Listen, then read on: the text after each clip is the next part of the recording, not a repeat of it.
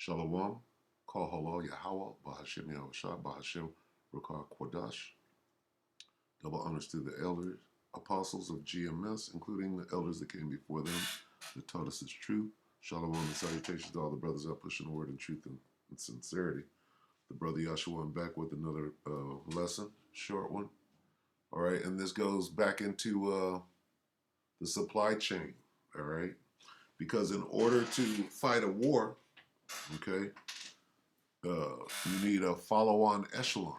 Okay, you gotta have troops in the rear. You gotta have your supply chain. You gotta bring up ammunition. Okay, there are many components, logistics. There's a lot of things involved in fighting a war, and the Most High is tearing that thing down right now. He's removing the hedge of the supplies. All right. So this is Isaiah 5:5. And now go to, I will tell you what I will do to my vineyard. I will take away the hedge thereof, and it shall be eaten up, and break down the wall thereof, and it shall be trodden down. All right. Um, okay. And now let's talk about food, right? And other resources. Okay. Let's talk about that knowledge as well. But in this case, okay, uh, it's talking about the supplies. You ain't gonna have nothing. Here comes the famine of food, water, goods. The vintage shall fail. Okay, for these women. All right, many days. Women are going to be the main ones affected by this. All right, many days and years shall ye be troubled, ye careless women, for the vintage shall fail, the gathering shall not come. The gathering, all right, all of your goods, all right, okay. So let's watch this real quick. Where is it? All right, this is Dabu 7, April 28, 2 days ago. It's about to get much worse. Supply chains implode as price doesn't even matter anymore. So hyperinflation, okay? No way to transfer goods. The supply chain, all right? And a lot of this has to do with the war on the high seas right now. There's a lot of warring going on out there. They sinking ships. They understand that there are munitions on some of these freighters, okay, and they're blowing them up. All right, so let's watch this. Hold on, let's read this real quick. The number of container ships stuck at anchor off L.A. and Long Beach is down to around 20 per day.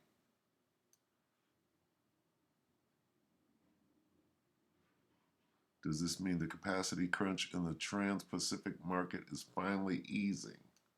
Absolutely not, warned Vice President of Global Ocean at freight forwarder Flexport. All right, it's not getting better; it's getting worse. He told American Shipper in an interview on Monday. So, supplies. All right, and who knows what's in these containers? People, munitions, bombs. All right. It was rumored that there were nukes on the vessel that got stuck in the what was it, the Suez Canal? All right. So let's watch this. Just Dapu 7. We have another situation brewing here in terms of the volume of container ships and the products that they're bringing into this country, and really what's flowing all around the world. We're getting word from some of the top guys now. They're saying that it's not getting any better, it's actually getting worse. What they're saying is unprecedented. It is a tsunami of freight, and that there's not enough ships to keep up with this. They go on to state here that one client needed something loaded in May, and that it was extremely urgent. They were ready to pay $15,000 per container. It did not get loaded. They're going to say the price doesn't even matter anymore. Because when you're sitting there with boatloads of money and there's no boat to haul the stuff, you're in a tricky situation. This really may open up a door here for anyone out there that has a large vessel and that can ship containers or any other kind of goods. The demand is going sky high right now. And they're saying they blame part of this on restocking efforts, companies and businesses trying to restock their shelves for this and that. But they say they don't see where this is going to let up and where they can catch up. So there may be some sort of a conundrum here in the coming months ahead dealing with this. Just wanted to shed some light on it. I'm going to expand on this further on the next live stream. Make sure to join me. Going live Monday, Wednesday, and Friday at 9 p.m. Eastern, only on Okay, so, hey, you know, people don't even want to work right now when they're being handed money. So the grinding is ceasing. All right? This is an example of the grinding ceasing. We'll get one and then we'll go ahead and close it just to keep it short. This is Jeremiah.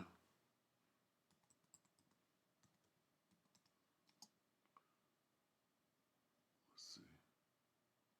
25. Jeremiah 25 and 10.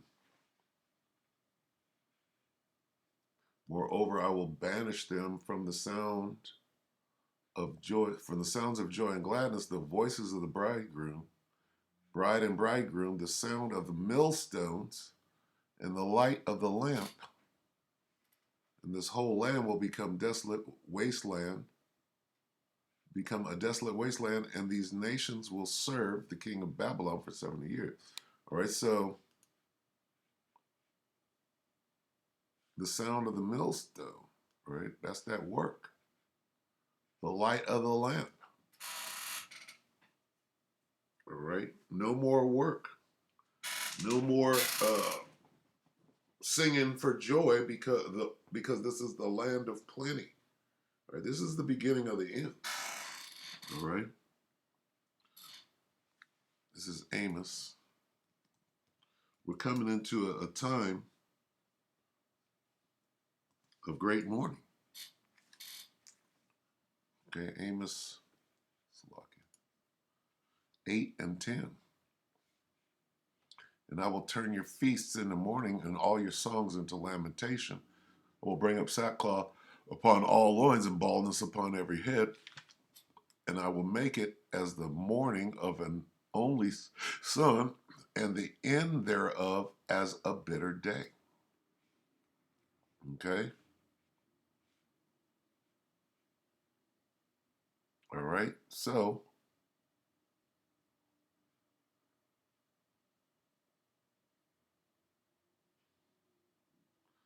all right, so we'll go ahead and close it right there. But the supply chain situation, that's a huge deal. All right? Because it's about, international trade. That's why Babylon the Great is revered. All right. So if you can't push your goods, the main one being war. All right. This is the last. This is going to be the last war. The third woe and the final war in heaven. All right. So keep your eyes peeled. Stand on your watch, and bark. All right. While the barking is on. All right. So hope that the elect were edified, and with that, we're going to say shalom.